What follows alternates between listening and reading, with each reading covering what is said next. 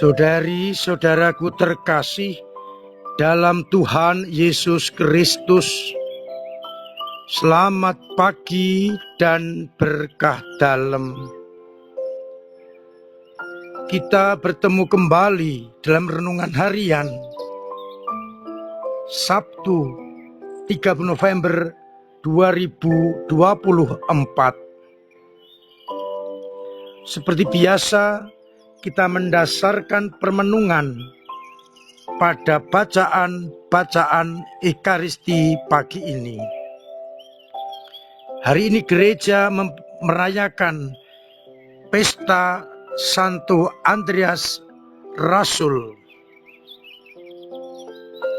Ia adalah saudara dari Simon Petrus. Ia murid Yohanes Pembaptis yang kemudian mengikuti Yesus, sang anak domba Allah. Ia berperan dalam beberapa peristiwa yang dibuat oleh Yesus Kristus. Ia seorang nelayan di Kapernaum. Dan bersama Petrus dan teman-temannya sehari-hari bekerja sebagai pencari ikan. Ia juga yang membawa Petrus saudaranya untuk bertemu dengan Yesus.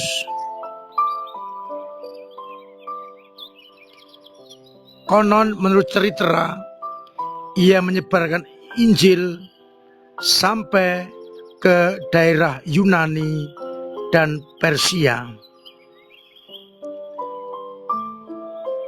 Dan ia juga diangkat menjadi rasul, menjadi uskup untuk menggembalakan umat.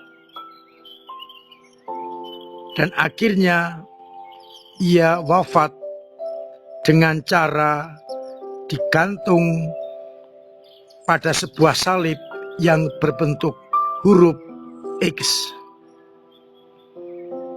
Selama 2 hari dengan tergantung di kayu yang disilangkan itu, ia terus berkhotbah kepada orang-orang yang menyaksikannya. Ia tidak dipaku pada kayu salib, tapi hanya diikat dengan tali sehingga lebih lama menderita. Maka salib bentuk X itu lazim disebut salib Santo Andreas. Bacaan pertama hari ini, Paulus kepada orang Roma mengingatkan, yang terpenting adalah mengikuti Yesus yang telah bangkit, percaya kepadanya. Namun Paulus menegaskan, bagaimana orang bisa percaya kalau belum pernah mendengar pewartaan akan Yesus Kristus? Maka perlulah orang menjadi pewarta. Bagaimana orang menjadi pewarta kalau tidak ada yang siap dan sanggup untuk diutus? Maka kita semua diajak untuk ambil bagian dalam karya itu. Sedangkan pada Injil, dari Injil Matius bab 4 ayat 8-22, kita mendengar bagaimana Yesus memanggil para murid. Andreas dan Petrus saudaranya, serta Yohanes dan Yakobus anak-anak Zebedeus. Mereka meninggalkan perahu mereka, jala mereka, ayah mereka, dan kemudian mengikuti Yesus.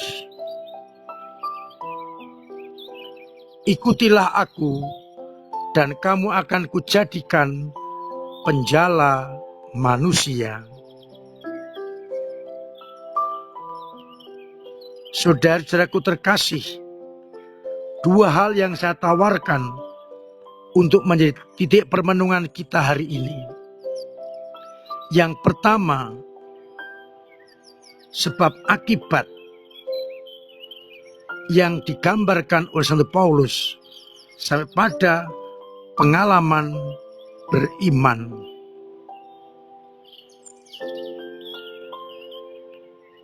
Iman bertumbuh dari pendengaran. Pendengaran akan muncul kalau ada pewartaan. Pewartaan mengandaikan ada orang yang siap.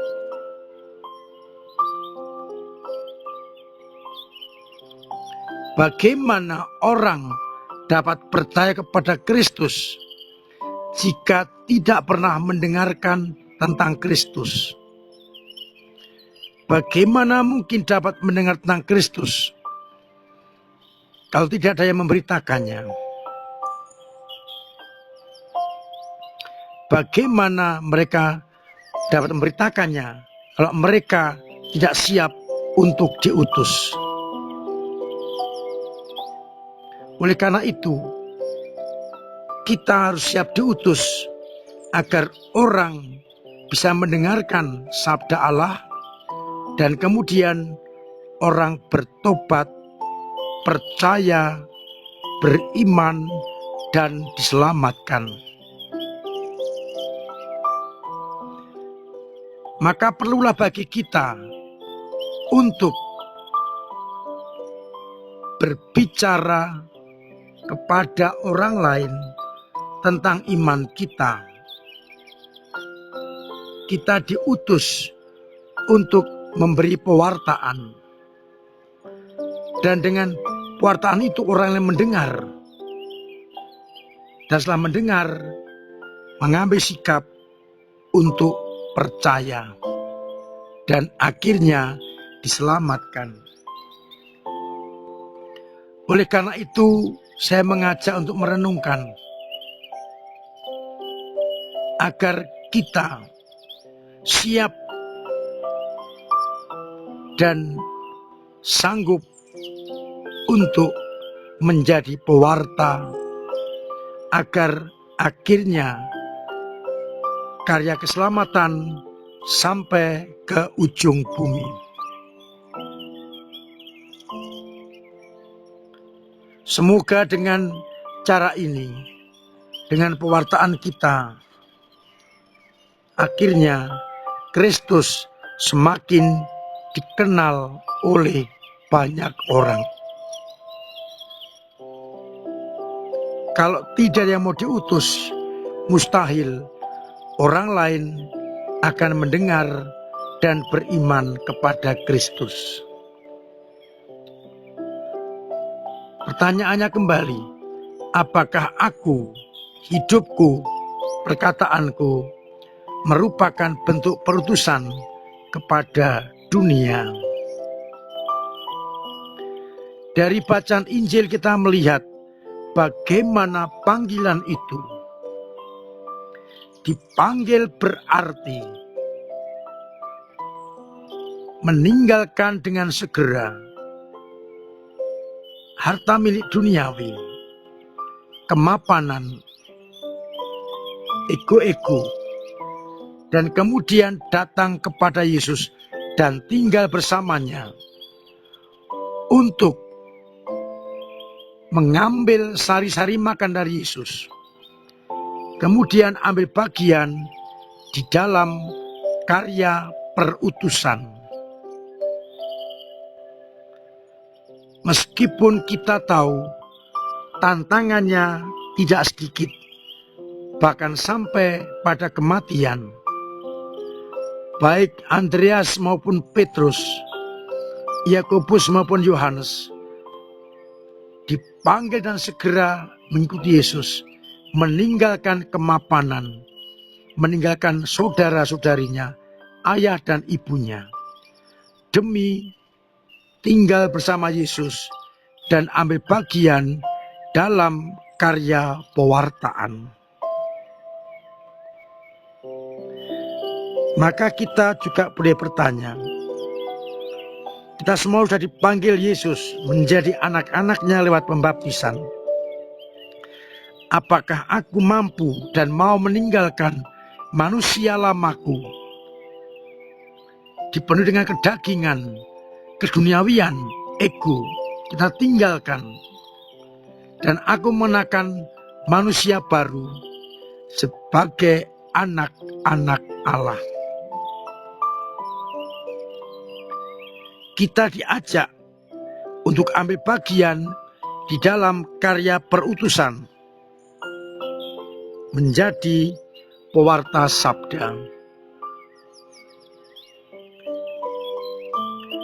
Maka mari kita sadari itu dan mohon agar kita pun dimampukan untuk hidup sebagai pewarta-pewarta yang handal. Mudah-mudahan dengan demikian kita akan mampu mewartakan Kristus dimanapun kita berada. Tuhan memberkati kita sekalian. Amin. Marilah berdoa. Bapa yang penuh kasih, kami bersyukur atas teladan Santo Andreas yang mewartakan Injil dengan menumpahkan darahnya. Itu bukti bahwa ia meninggalkan kemapanannya, ego-egonya, kedagingannya untuk mewartakan cinta kasih Allah dengan segala konsekuensinya. Maka kuatkan kami bila kami lemah, bila kami jatuh, bila kami mandek, bila kami putus asa. Kuatkan kami agar kami tetap setia dalam iman. Semoga umat-Mu yang sakit Engkau sembuhkan, yang punya beban berat Engkau ringankan, yang punya persoalan Engkau bantu untuk mengurai, dan yang kesulitan ekonomi, usahanya Engkau perkembangkan, agar akhirnya mereka semua tetap mengalami pendampingan dan cinta kasih-Mu. Untuk itu, sertai dan bimbing kami dengan berkat-Mu sendiri, Bapa dan Putra dan Roh Kudus. Amin. Saudara-saudaraku terkasih, tetap saya ajak, saya ingatkan untuk tetap memiliki pola hidup yang sehat dengan mematuhi protokol kesehatan agar kita tetap sehat dan orang lain juga sehat. Terima kasih untuk sumbangan panjenengan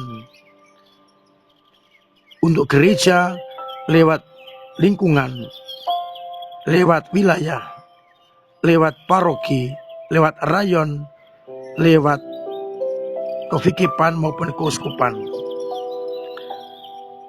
yang terungkap lewat doa-doa, pemberian tenaga, karya dan waktu, serta pemberian dana yang sungguh menguatkan gereja dalam mewartakan Injil. Semoga itu semua semakin mendatangkan hadirnya kerajaan Allah di atas muka bumi ini.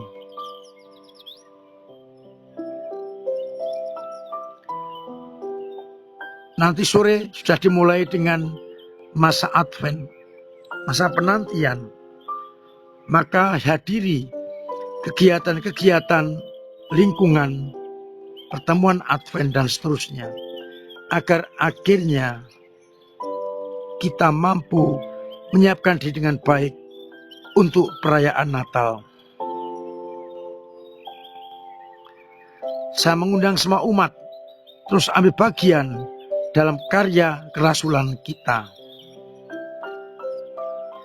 Akhirnya saya mengucapkan selamat pagi, selamat merenungkan, salam sehat, Tuhan memberkati.